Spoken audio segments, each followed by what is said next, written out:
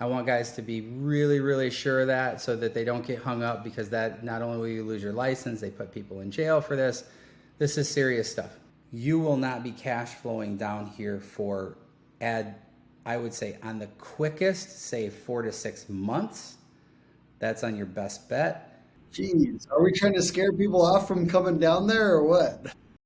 Hey, how's it going? It's Tim Brown, and this is a special episode of the Hook Better Leads podcast. We're talking about Hurricane Ian with somebody in Florida right now. How you doing, Matt? Doing great. We're running off a generator here in Ponte Vedra Beach. Already, we are. Looks like we'll start getting the major brunt of the hurricane late tonight. So it hasn't even. It just made landfall about an hour southwest here on the other coast, and we'll be getting our dose of it here later this evening. Matt Spanton from CAT, and this is September 28th. This will be going out on September 29th. We're going to speed up our normal editing so that people can get this information. Matt and I have been talking about this. How can roofers help in Florida? And how can they navigate the red tape that sometimes, I guess Florida has almost a scariness and anxiety to it for roofers but people want to help, right? So what are the legalities for people traveling in to work in Florida? That's going to be what we're talking about. But first, real quick, what makes you uniquely qualified to talk about this topic? Yeah, well, I'm a contractor in Florida, right? So I have a unlimited CGC and CCC, right? So that's roofing and GC. So we can roof or build anything here, okay? And we came down here shortly after Matthew, which was prior to Irma. Wasn't as big of a hurricane as Irma as far as work-wise. But after Irma performed over $160 million worth of restoration, that was split as far as percentage goes. About 50 of that was residential at the time, and then the rest of it has been commercial work. And so we've seen the good, the bad, the ugly from the times that have changed since Irma until now, and we're still here. We're still kicking and ready to take on Mr. Ian coming up. Well, let's talk about those legalities. People traveling in to work in Florida. What are some of the key things? I know we're not going to be able to get in crazy depth, but what are some of the key things that they should really be looking at to have more confidence going into this? Yeah, so I would say I've gotten a ton of questions from guys. Some of the questions that have come in, mitigation. Can we come in? Can we tarp? Can we dry out? Cover up? Yes. You don't have to be licensed in the state of Florida to do that. You don't have to be a licensed roofer to perform emergency mitigation services. You do have to be, from my understanding, registered with the state of Florida. And so that's a difference in, ability to kind of get to work and get out there and start making some money, what have you. Other regulations that down here that are drastically different than most states is the Division of Work Comp. And licensed crews. Guys can't fly and flag under other people's licenses. Work comp, everybody has to be legit. I mean, we all know how the industry works in different places, and everybody kind of runs the cowboy method in certain spots of the country. The smaller you are, maybe a little more than the bigger guys, but down here it's no joke. And they have a division of work comp patrol that will go to jobs and that will check credentials. You have to be Trump tight on that. You have to have your paperwork. It has to be legit. And for the contractor, the prime, right, which is the way most guys work, and then they're subbing to crews, even if that crew is licensed, they have to have the right number of certs in their work comp for the guys on the roof. Okay, so I want guys to be really, really sure of that so that they don't get hung up, because that not only will you lose your license, they put people in jail for this. This is serious stuff. So do it on the up and up that way. Of course, we have to carry our roofing licenses, our general contracting licenses. The idea of a set or a team up or a hook, the hook agency, that's what it used to be. I've been in the storm industry for 22 years, and hook is what most guys just set, or a hook is what guys used to I don't call know it. if I So, want to be associated with that though. What is, yeah. yeah, so yeah, let me touch on that. So what that is a set or a hook is back in the day when we would go into big hailstorms. If we weren't Yeah, I've licensed. heard it. I've heard it called set. And so I mean, like, which is Yeah, I'm not saying it's the worst thing ever, but I like ultimately have a little. I'm not gonna lie. Like in some of the circles I run in, they're a little squeaky, and they don't love hail or like storm chasers. And I'm not anti, so I'm not saying that. But like, I don't know. Yeah, I work with a lot of retail companies, basically. yeah. Well, there's always this love-hate between the retail and the storm guys, and then some of the storm guys become retail guys, and some of the retail guys become storm guys, right? So it's like, it's always back and forth. But what we used to do when we would chase hailstorms, I haven't chased hailstorms for years, but we would go in with a local company and we would partner up with them, and that would be the set, and we would legally, lease each other's license and companies. We would merge essentially, owning shares of each one of the companies, so that we could go out and that we could utilize that local name and that local customer base. In turn, we would get a massive amount of work done for that local contractor. They would usually get paid some type of royalty or fee, and then they would cover the warranty for when we would go chase the next storm, right?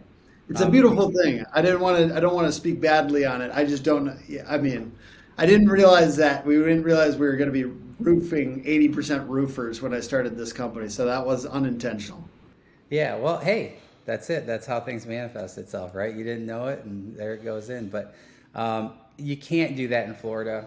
You can't, you in Florida, it's very strict in who the qualifying party is, how they have to be part of your company, how that pay is structured, what responsibilities they have. So when guys are looking at getting licensed down here, just be sure that you have good counsel in that, and that you're following the right paperwork and you're doing things on the up and up on your accounting, so that you don't get 200, 300, 400,000 roofs sold down here, and then get your license pulled, because that happened a lot after Irma as well. If you truly believe in what you're doing and you want to be the best version of yourself and you want to build a great organization, there's no other place to do that besides the Roofing Academy.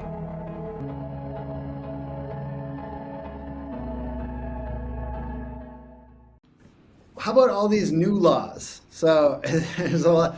I feel like there's been a lot of like hubbub on roofing Facebook in particular about all these new laws in Florida. I've seen people like people that have loud platforms on Facebook saying like, I'm not going into Florida, I'm not touching that, So like, why? And I mean, obviously people need help. I mean, I'm not gonna say that's the main reason. I mean, we want obviously to make money, but people want also to help. I mean, it's going to be helpful to have more roofing companies available or more people roofing after this. So, what are the new ones, the new laws? I mean, from the last time there was a big storm in Florida. Yeah, so the new laws that passed in July, I believe it was. There's definitely people that know them better than me. So I'm going to kind of summarize, and if I'm wrong, feel free to correct me, anybody who's watching this. However, I do just do commercial work, and a lot of this was directed towards the residential guys. In marketing, there can be no induction or covering of any deductible, any shape or form, or it's strict and serious punishment, okay? There is new codes out there. We used to have what was called the 25% rule, which was if 25% of the roof was being replaced, the entire roof had to come up to code. So what that meant was if the decking itself was not to the new nailing codes, as soon as you go replace 25% of the roof, the whole roof has to be, even though it doesn't need a new roof on the other side of it, right?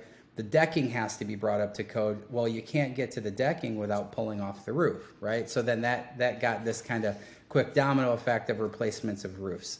The matching laws have been pulled and taken out, so a lot of and that's all code related as well. So a lot of the roofs that would get totaled for the 25% rule, due to the fact that the tile isn't made anymore, those aren't going to be as easy to kind of just get approved. So there's going to be a little bit more difficult approval process in some of the areas where maybe it's not just the whole roof blown off, or it's just not so directly, obvious that the roof needs to be replaced. There are also some new statutes as far as handing claims over to attorneys.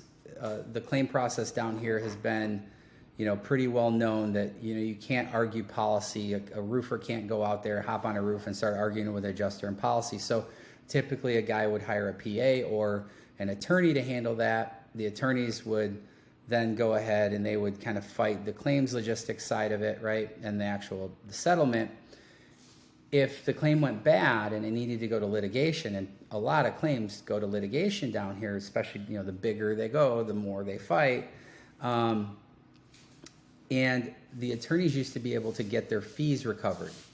So if you go and you fight a claim that takes a year or 2 years, and that attorney's fees are, $50,000, let's just say, we'll just use an arbitrary number, that attorney could, when they would win the suit, right, their fees were then covered.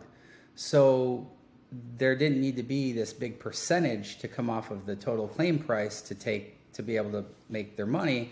They could just bill, the actual claim, and then when they would win, they would get their fees covered, and then maybe you have another deal, or the client does, where they would get a percentage of the claim. But that percentage didn't need to be so big because their fees were covered.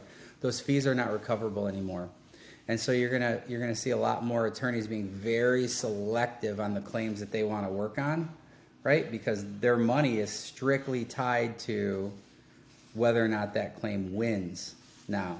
Because if it wins, then that means there's a settlement and they get their chunk of that. Versus before, they would get their fees and the little bonus. So that's drastically different as well. All that ties into, I don't want to say driving claims down, but it's going to drive claims down. They're going to be harder. They're going to be slower. There's not as much advantage to the attorneys to be able to come in and is there a chance that this storm knocks some of that loose? Like if you're inhibiting important work structurally, there's going to be a lot of roofs that need to get done, and you're kind of inhibiting some of that work. Is there a chance that like some of these laws go a little bit, more free, or do you think that I would assume they're not going to make new laws right now while the storm. They want roofers to be able to make these homeowners and these commercial properties good, right? Yeah. So the well, you would think, right? That would be the right thing, right? But so what I would think is going to happen, and this is projection, is that everything will be kind of lax at first. And then once the big catastrophic cleanup is done and everything's covered up and people are safe and things are dry and then the storm really starts, right? As far as the contractor side, really, like we have this big mitigation effort and everybody gets everything dry and we get everybody buttoned up and safe and all the debris out and there's this huge effort and all the politicians are saying, look how great we did, right? And they did it all and planned it all and FEMA and everything, right? But meanwhile, it's the guys probably watching this podcast that are out there really busting their butts to get these people squared away. Once all that dust has settled, then comes in the actual side of carriers and indemnification and claims settlement, and that's when they'll start looking at, okay, what are our reserves? We're going to start setting our reserves of what we're going to have to spend and what we're going to have to budget, and we're going to have to go make our cash calls and all that good stuff. That's when they're going to start putting these policies into place and how they're going to respond to this storm and which regulations they're going to really harp on and stick to, and in each carrier will be a little bit different. But undoubtedly, they will start using these new laws to their advantage, which is to keep claims down or lower, or at a not at a minimum, well, at a minimum. And I don't want to make it sound like all insurance carriers are bad, because there's not, but they are a business, and they are there to make sure that their bottom line is still kept, and that they don't go out of business, because a lot of carriers, AMCAP is one big one in the condominium world that went out, and then FIGA has to take over, the Florida Insurance Group, right? The state-run insurance group. And so when those carriers go out of business, it causes a whole nother ripple. We're dealing with that on a few big claims right now. So there's reasons for it, but it undoubtedly, they will use these new laws and, to their, on their side, I should say, not in a bad way. Well, there's give and take there, obviously, but Of course. let's talk about how much should a company, or let's say, how much should we be budgeting versus like a hailstorm? If we're a roofing company coming from a different part of the country, let's say we get over our anxiety about the new laws and the holding us back. We get into Florida. How much should we be budgeting? How should we be pacing ourselves against the time period? Yeah, it's a phenomenal question, Tim. Here's the way I'll explain it. I don't know everybody's, what their nut is to cover, and I don't know, how people run their business. I have a good idea, from when I built AccuLinks and got to work hand in hand with tons of contractors. I shouldn't say when I built AccuLinks, when we built AccuLinks, the team.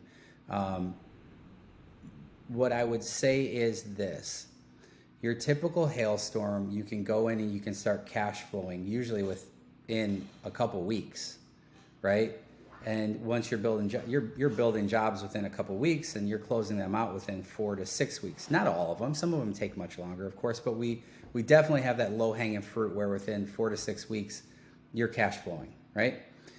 You will not be cash flowing down here I would say on the quickest, say 4 to 6 months.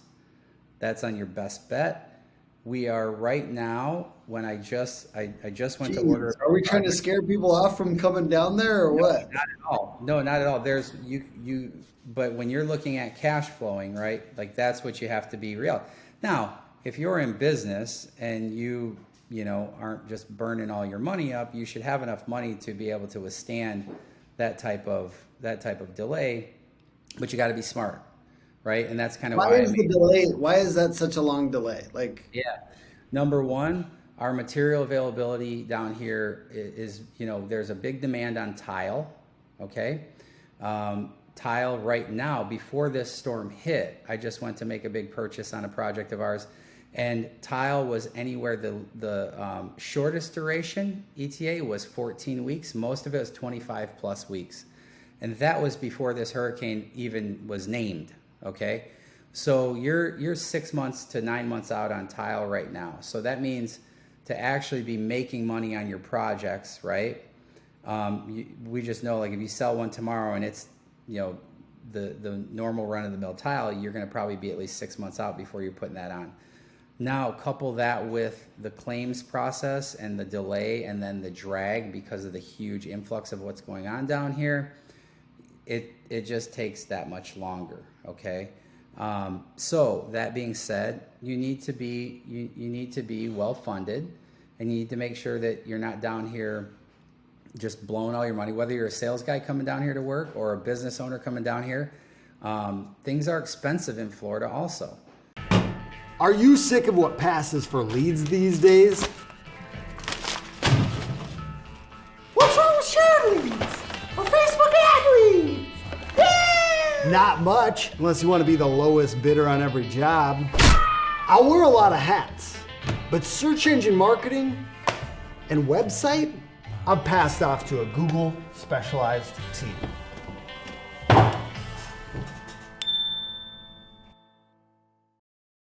Yeah, so everybody, in these situations, there's a huge shortage on hotel rooms, and there's a huge shortage on, you see the guys, they're charging 20 grand for a generator that should be 5 grand, right? It's no different than in the housing markets after a hurricane, and everybody's trying to get their, to get their nut on that. And so with that cost of living, right? We all got a budget. You know, typically if you took 10 guys over to a storm in Oklahoma City, you might be paying $400 a month for a guy's apartment, or maybe $1,000 for a couple guys to stay in an apartment. And down here, you know, because it is such a massive storm and there's such an influx down there, right? People are going, all of those costs are raised, right? So we can expect to see that, along with also the cost of the crews, and the labor down here is more expensive. It's tougher to put these roofs on. It's more regulated, and the crews have to make multiple trips. They don't get to go to the house this morning, roof it all in one day, and then go home. Even if they could, even if it's a shingle roof, they have to go there. They have to do the tear off and the deck inspection. Then they have to run the drip inspection. Then they got to run the dry-in. Then once the dry-in's done, they can order the roofing materials, and then they got to come back and do the final. So there's always a multiple step process there too. So the crews need more money. Their cost of living is more while they're down here. So everything just kind of gets raised up. What is the duration of the claim period? That's a great question, man. You know, I would say, so speaking from Hurricane Irma, and this is looking very similar, right? We're coming into it with tile already being 6 months plus out.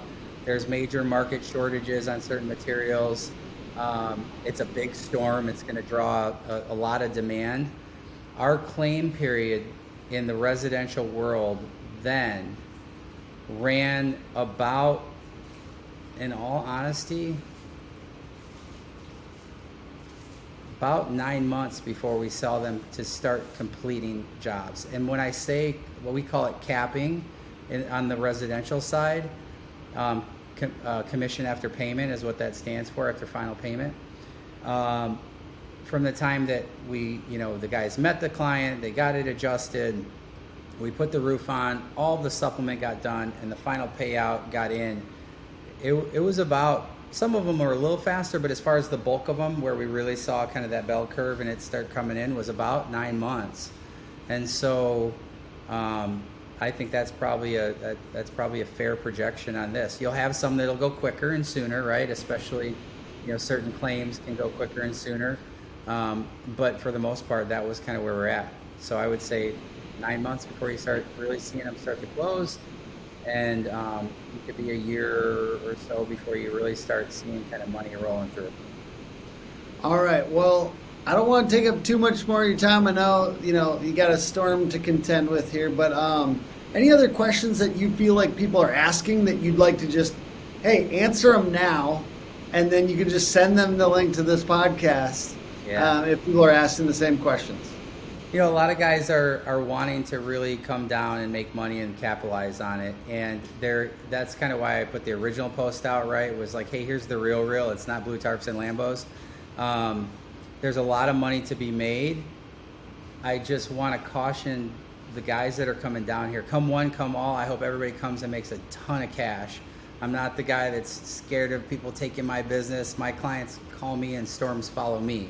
And so we're going to do ours and do good work. I want everybody else to come down and do the same. I want them to come down, do good work, build wealth behind them, not go sell 100 jobs and then be working for a company that doesn't do things right, and you can't build them and you lose all your business, or come down here and blow all your money, or not be able to make it to that 6 to 9 month place where you're making money. So just be smart. And if you got questions, I'm an open book. I'm always available, Facebook or text or whatever. I can answer any questions. I can help guys. But don't come down here and do it the cowboy way. Don't fly by the seat of your pants. Don't think that you can beat the regulation. Don't think that you can get away with no work comp, or not having guys be employed, or having things set up correct for, the regulations down here. It will bite you, and that's when the horror stories of Florida come, right? It's when guys didn't follow the rules. You can. It feels like it's set up to benefit the big boys. You know what I mean? You talk about with the contracting co-op and all that. You've served the $3 to $10 million roofers, so I'm sure, like. It's tough. It's tough sometimes because that all the things you just mentioned, some of them really, it's like way easier to do if you're a big roofing company, Yeah, and with the co-op, so we have the contractors affiliate team, and that is a vetted group of contractors they're kind of that 3 to 10 million. We have some guys bigger, but it's guys really looking to capitalize on commercial work. And so it's a vetted group of contractors. We have a little over 50 some guys now. We do have opportunities available in Florida, quite a few of them. I didn't quite open up Florida before because I wasn't sure how I wanted to handle it, because I do some work on the Northeast coast, still quite a bit of resort work. But the way that co-op is set up for anybody that does want to come down and wants to work commercial is we partner our portfolio with them and that kind of reference group, and help them, build and perfect their work, and give them kind of the backing and the basic fundamentals and know-how that we've kind of fumbled through for years to figure out, in order to help them get those projects. And so for guys that maybe don't have the big project references and the big resorts and the big condo communities, especially down here in Florida, they want to come down and they want to do some of that work. We kind of partner our work history and our portfolio with their ability to go out and secure work. And it's been a really beautiful relationship that we've formed with a lot of guys throughout the country, and I see it working here fabulously with guys in Florida. So if there is anybody that's interested in chatting about the co-op and seeing how it works, I'm available, and we definitely would like to bring on some good guys down here in Florida. What's the URL for that if they wanted to check it out? Yeah, it's www.contractingcoop.com, and between the co and the op is a dash, right? So it's contractingco-op.com. Awesome. Any other things is that the main thing people should do if they're trying to get into commercial roofing, or do you have any other tips for folks that are coming down to Florida that maybe wish they could get into some commercial jobs? Because I'm sure there will be some opportunity there. My number one thing that I'll recommend to everybody that comes down here to do commercial work is to make sure that you have plenty of dough to fund the job, all of the necessary licensing and docs, and have very, very good and pointed contracts with dollar amounts and pay scale for what you're going to do. Not per insurance, not off exactament numbers, not negotiated settlements. You have to have very good contracts, and that will help you to make sure that you get paid in the end. Awesome. Anything else you want to say to the audience about Hurricane Ian and how roofers can help? I hope everybody's safe. I hope that, and I pray that over on that West Coast that no lives are lost, and that we put that first, coming here. Taking care of people, not just looking to make money. I mean, if you come down and you join our state for this effort, people come first. Do right by people, do good by people. Florida's a great state to work, and I'd love to see all the guys come down here and make a ton of money. Just make sure you give back while you're here, because it's not all money down here. There's a lot of people that are losing their property. There's a lot of people that are losing, pets and vehicles and businesses, and there is that bad side to the storm too. So reach out and have an open heart, and maybe make sure that you're giving as much as you're taking when you come down here.